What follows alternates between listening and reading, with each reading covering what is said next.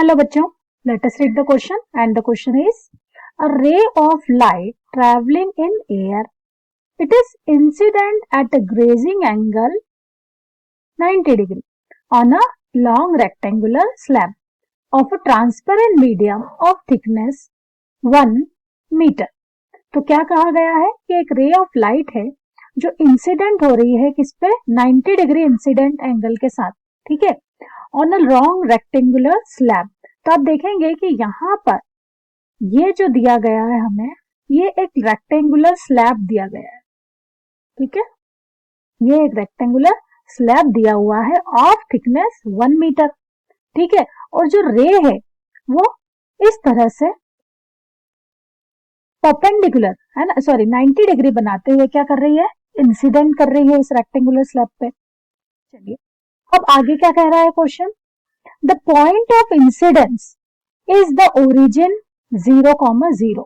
तो ये जो पॉइंट ऑफ ओरिजिन है, आप देखें पॉइंट ऑफ ओरिजिन में जहां से रे इंसिडेंट हो रही है ना, उसे हमने ओरिजिन नाम दिया है ना, ए 0,0, ठीक है। तो यहां से हम कह सकते हैं यहां से हमारी जो रे है उस तरह से 90 डिग्री बनाते हुए इंसिडेंट हो रही है स्लैब पे, and the medium has a variable index of refraction and y is given by. अब आगे क्या कह रहे हैं ये कि जो हमारा ग्लास स्लैब है, जो मीडियम है, उसका जो रिफ्रैक्टिव इंडेक्स है वो क्या हो रहा है, चेंज हो रहा है, ठीक है। तो ये स्लैब का रिफ्रैक्टिव इंडेक्स कॉन्स्टेंटली चेंज हो रहा है और वो चेंज होने का जो इक्वेशन है उसे गिवन किया है N Y is equals to K Y to the power 3/2 plus 1 whole power 1/2, जहां के क्या है, K is 1 metre to the power -3/2। The refractive index of air is also given 1, है ना। तो पहले तो मीडियम हमारा एयर है और फिर ये ग्लास स्लैब है, और ग्लास स्लैब का रिफ्रैक्टिव इंडेक्स चेंज होता जा रहा है, मतलब स्पीड ऑफ लाइट वहां कॉन्स्टेंटली क्या होती जा रही है, चेंज होती जा रही है, करेक्ट। नंबर 1, तो हमें फाइंड क्या करना है, हमें फाइंड करना है obtain a relation between slope dy by dx of the trajectory of the ray at a point b x comma y in the medium and the incident angle I at that point। तो सबसे first question जो हमसे पूछ रहा है वो है हमें रिलेशन फाइंड करना स्लोप में। तो हमें स्लोप फाइंड करना है किसका, पॉइंट बी का, ठीक है। तो इसके लिए सबसे पहले देखिए, हमें अगर की कॉन्सेप्ट देखें, फर्स्ट पॉइंट को ही हम ले रहे हैं अभी, है ना, धीरे धीरे इसकी कॉन्सेप्ट में हम ऐड करते जाएंगे व्हाट इज बीइंग नीडेड। की कॉन्सेप्ट और फर्स्ट लिख रही हूं, ठीक है। फर्स्ट में हमें स्लोप फाइंड करना है, तो हमें पता है slope that is being known by small m, जिसे हम इक्वल टू कहते हैं tan theta is equals to dy by dx, correct है। तो यही हमारा की कॉन्सेप्ट है, हमें सिर्फ m is equals to tan theta की वैल्यू फाइंड करनी है, ओके। तो चलिए स्टार्ट करते हैं। सबसे पहले हम इस डायग्राम को थोड़ा सा हम ओरिजिन एक्सिस के लिए ड्रॉ कर लेते हैं। तो ये सपोज करते हैं हम, ये हमारा है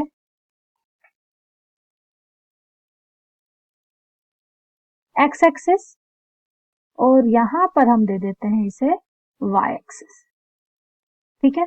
एक्स और वाई एक्सिस ड्रॉ करें और हमारा जो पॉइंट ओरिजिन है जहां पर हमारी रे इंसिडेंट हो रही है वो पॉइंट ए 0,0,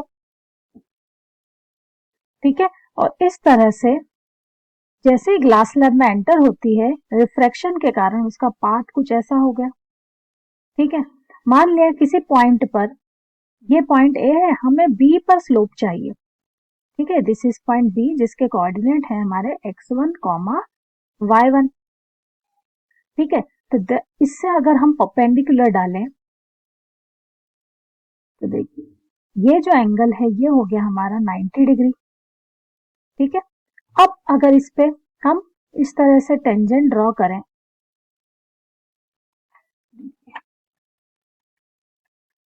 अगर हम इस पे टेंजेंट ड्रॉ करें, ये नहीं हो पा रहा है, तो ये जो एंगल होगा ये जो एंगल होगा वो होगा हमारा इंसिडेंस एंगल, है ना, पॉइंट बी के लिए। और स्लोप जो होगा, है ना, ये जो ए से बी के बीच में बनने वाला एंगल होगा वो होगा थीटा। ठीक है, तो यहाँ पर हमारा, अब अगर हम देखें तो ए, इसे नाम दे देते हैं सी, तो ट्रायंगल एबीसी जो है वो राइट एंगल ट्रायंगल हो गया। तो हम यहां से लिख सकते हैं, ठीक है, मैं सॉल्यूशन स्टार्ट करती हूँ फॉर फर्स्ट। सबसे पहले in triangle A B C हम लिख सकते हैं एंगल सम प्रॉपर्टी से कि theta plus i is equals to 90 degree, है ना, theta plus i is equals to 90 degree, या हम थीटा फाइंड कर सकते हैं 90 माइनस आई। ओके, अब हमें तो स्लोप फाइंड करना है, तो स्लोप हो जाएगा हमारा dy by d x is equals to tan theta is equals to tan, theta की वैल्यू ले लेते हैं 90 minus i, that will be equal to cot i. Okay, तो ये हमारा क्या आ गया, ये हमारा आ गया dy by d x for given question, है ना, ये फर्स्ट पार्ट हमारा सॉल्व हो गया। चलिए सेकेंड पार्ट देखते हैं। सेकेंड है find the value of N sine i. Okay, तो चलिए सेकेंड पार्ट अपन हाईलाइट कर लेते हैं। अब हम सॉल्व करने वाले हैं find the value of N sine I. N sine I की वैल्यू हम फाइंड करने के लिए हम अप्लाई करते हैं स्नेल लॉ, और यहाँ पर भी की कॉन्सेप्ट में सेकेंड ऑप्शन के लिए हम लगा देते हैं स्नेल। ठीक है, तो सेकेंड अप्लाई करते हैं हम। बाय स्नेल लॉ हम क्या लिख सकते हैं,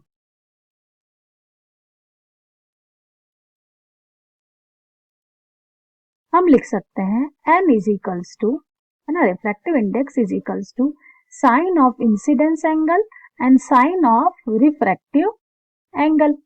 चलिए अब यहाँ बात करें कि इंसिडेंस एंगल हमारे क्वेश्चन में क्या दिया गया है, तो इंसिडेंट एंगल हमारे क्वेश्चन में दिया है 90 डिग्री, तो हम लिख सकते हैं हियर ग्रेजिंग एंगल है incidence angle, so incidence angle is equals to 90 degree.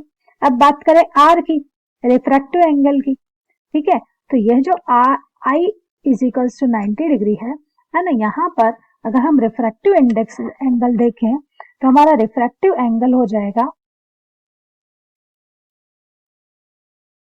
ये इंसिडेंस एंगल है, देखिए पॉइंट ए पर अगर देखें, अगर ये इंसिडेंस एंगल है तो ये जो हो जाएगा हमारा, ये हो जाएगा हमारा रिफ्रैक्टिव एंगल।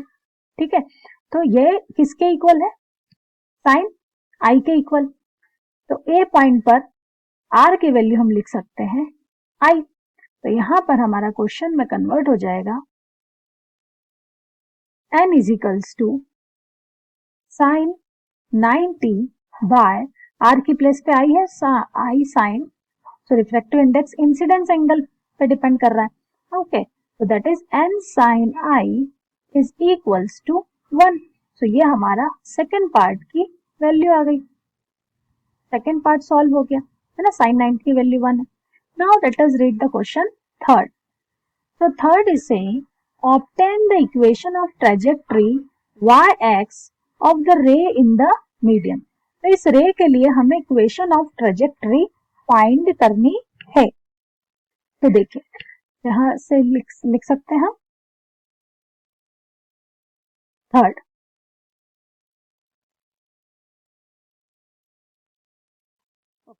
तो थर्ड के लिए हम हेल्प लेते हैं, हमने सॉल्व किया था, हमारे लिए क्वेश्चन जो है वो थर्ड सेकंड से हेल्प ले, तो n is equals to sine 90 that is 1 by sine I. लेकिन हम यहाँ जो क्वेश्चन में दिया है कि रिफ्रैक्टिव इंडेक्स जो है वो ग्लास स्लैब का कॉन्स्टेंटली क्या हो रहा है, चेंज हो रहा है, तो हमें n न लिखते हुए n y भी लिख सकते हैं, है ना, y जैसे जैसे y की वैल्यू चेंज होती जाएगी, देखिए डायग्राम में जैसे जैसे y की वैल्यू चेंज होती जाएगी वैसे वैसे रिफ्रैक्टिव इंडेक्स चेंज हो रहा है, और वो रिफ्रैक्टिव इंडेक्स चेंज होने की इक्वेशन हमें दी हुई है, तो चलिए अप्लाई कर देते हैं हम। तो ny की वैल्यू को हम लिख सकते हैं कि y to the power 3/2 plus 1 is equals to 1 by sine I को मैं लिख सकती हूँ कॉसेक आई। चलिए अब आगे लिखते हैं हम, यहां सॉल्व कर लेते हैं। k y to the power 3/2 plus 1 to the whole power, sorry यहाँ होल पावर 1/2 भी है, whole power 1/2 is equals to cosec को इन टर्म्स ऑफ कॉट अगर हम लिखे तो by the identity we can write 1 plus cot square i. Okay, so by identity we can write cosec I is equals to root of 1 plus cot square I. अगर हम देखें so root and this power 1/2 and this root will get cancelled. So now we can write k y to the whole power 3/2 plus 1 is equals to 1 plus cot square I. 1 and 1 is getting cancelled. Now we will have k y to the power 3/2 is equals to cot square I. Now cot की value देखिए यहाँ पर by 1 we can take help, dy by dx is known as cot I. So we can say by equation first we can take ky to the power 3/2 is equals to dy by dx whole square. Okay, cot square i, so we can write dy by dx का whole square. तो यहाँ पर हम कह सकते हैं अगर square को राइट हैंड साइड में ले जाए तो dy by dx की वैल्यू अगर हम फाइंड करें so we can write k to the power 1/2 into y to the power 3/2 into 1/2। So dy by dx is equals to root k, और ये हो जाएगा हमारे y to the power 3/4। Okay, so हम देखते हैं कि एक यहाँ पर y वेरिएबल है, सो y को dy के रिस्पेक्ट में और रूट k को dx के रिस्पेक्ट में सॉल्व करते हैं। So further we can solve,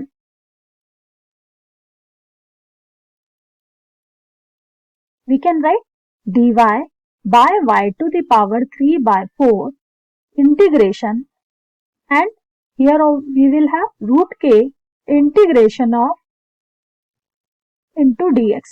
okay, 1 into dx।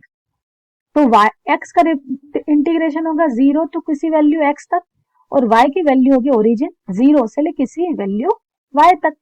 So we can write integration of y to the power -3/4 into dy from 0 to y is equals to root k integration of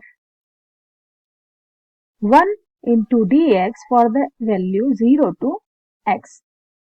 Now y to the power -3/4 का LCM integration -3/4 plus 1, जैसे कि हम जानते हैं x to the power n का जो integration होता है वो हो जाता है x to the power will get added by 1 divide by that added power, है ना, टोटल पावर।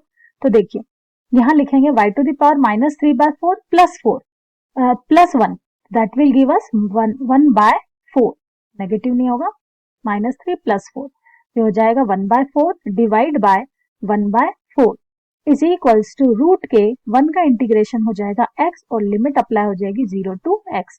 यहाँ भी हम कह सकते हैं लिमिट अप्लाई हो जाएगी 0 टू y। 1/4 कांस्टेंट है, हम बाहर ले जाए इंटीग्रेशन से, करेक्ट। तो यहाँ पर वैल्यू अप्लाई करने से बाहर ले गए, अब हम upper limit minus lower limit apply करेंगे, so that will be y to the power whole 1/4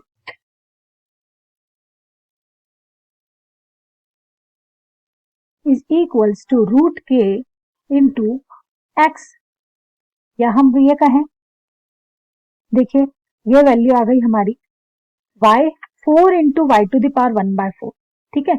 इसको मैं लिखती हूँ y to the power 1/4 is equals to root k into x to the power x/4।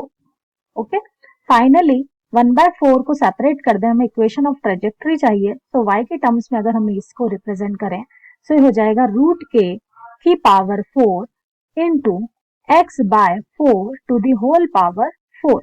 Root k को we can write k square x/4 whole power 4 is y, correct. So this will be the equation of trajectory for the part third.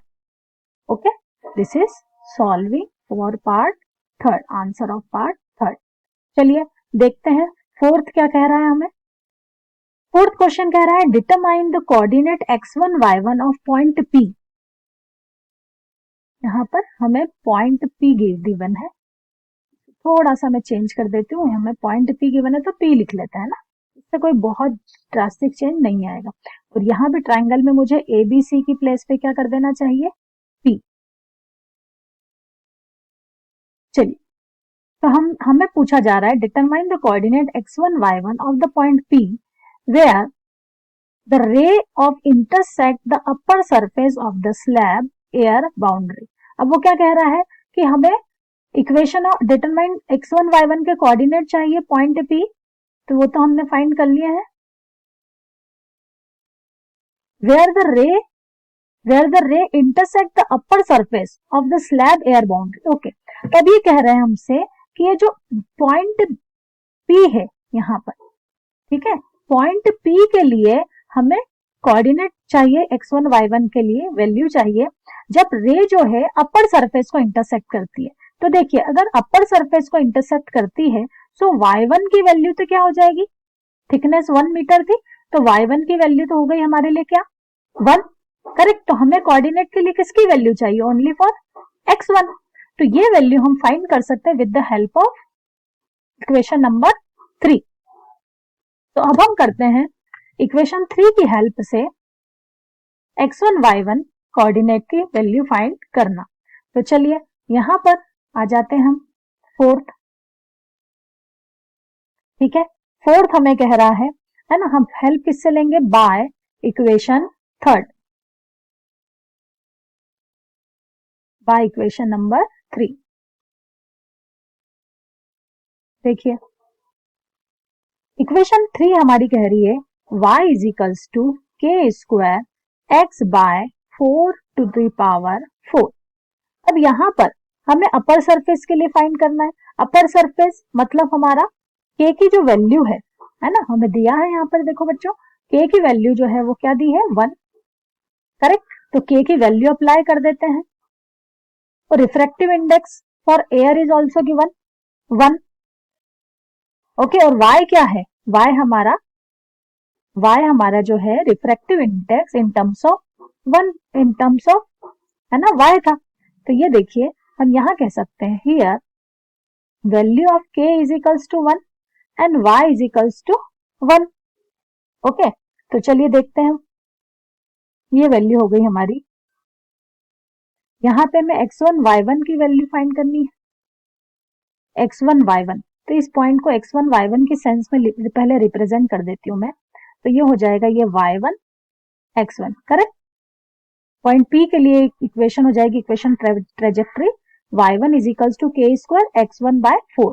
तो देखिए y1 की value हमारी क्या हो गई 1, जो कि हमने कहा थिकनेस कितनी थी टोटल 1. तो ये वैल्यू अप्लाई कर दे, 1 is equals to 1 x1 by 4 whole power 4.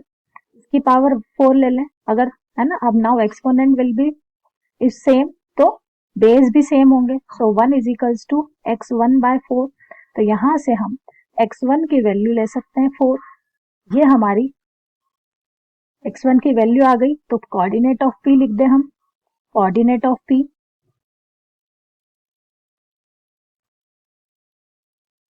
will be x1 comma y1 is equals to 4 comma 1.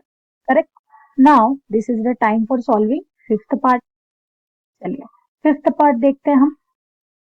Indicate the path of रे सबसिक्वेंटली. ठीक है, रे का जो पाथ है वो हमें इंडिकेट करना है. ओके, तो चलिए इन रे अब हम लिखेंगे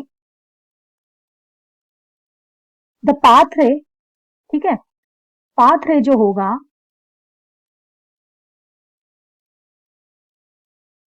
will be grazing angle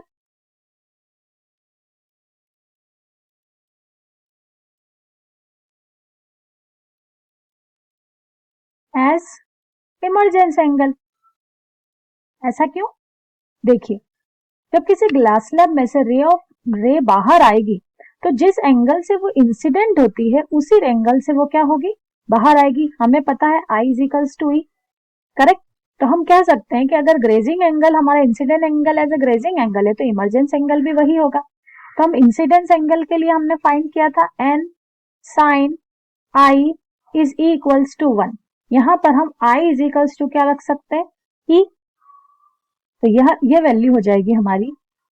और n इज इक्वल्स टू क्या है, refractive index of air, correct. Refractive index of air हमें 1 दिया गया है, तो हम लिख सकते हैं 1 into sine E is equals to 1, that is sine E is equals to sine 90। So E is equals to 90 degree, correct. और यही हमारा क्या हुआ, यही हमारा फिफ्थ पार्ट का आंसर हुआ। So this is the path ray that emergence angle will also be perpendicular to the glass slab. So student, there are 5 part of this question. Main जो की कॉन्सेप्ट थे वो 2 ही थे, है ना, स्लोप फाइंड करना और स्नेल लॉ अप्लाई करना। फर्स्ट के लिए हमने स्लोप की वैल्यू फाइंड करी, सेकेंड पार्ट के लिए हमने n sin I की वैल्यू फाइंड करी, दैट वाज आस्क्ड। थर्ड के लिए हमने इक्वेशन ऑफ ट्रेजेक्टरी फाइंड की है, okay. This is y is equals to k square x by 4 to whole power 4। And fifth part हमसे पाथ रे पूछ रहा था। पाथ रे में अब जब ग्लास स्लैब से बाहर निकलेगी रे तो उसका पाथ कैसा होगा, वो डिपेंड करेगा इमर्जेंस एंगल पे। तो इमर्जेंस एंगल हम फाइंड कर सकते हैं, that is 90। So I hope this will be helpful to you. Thank you.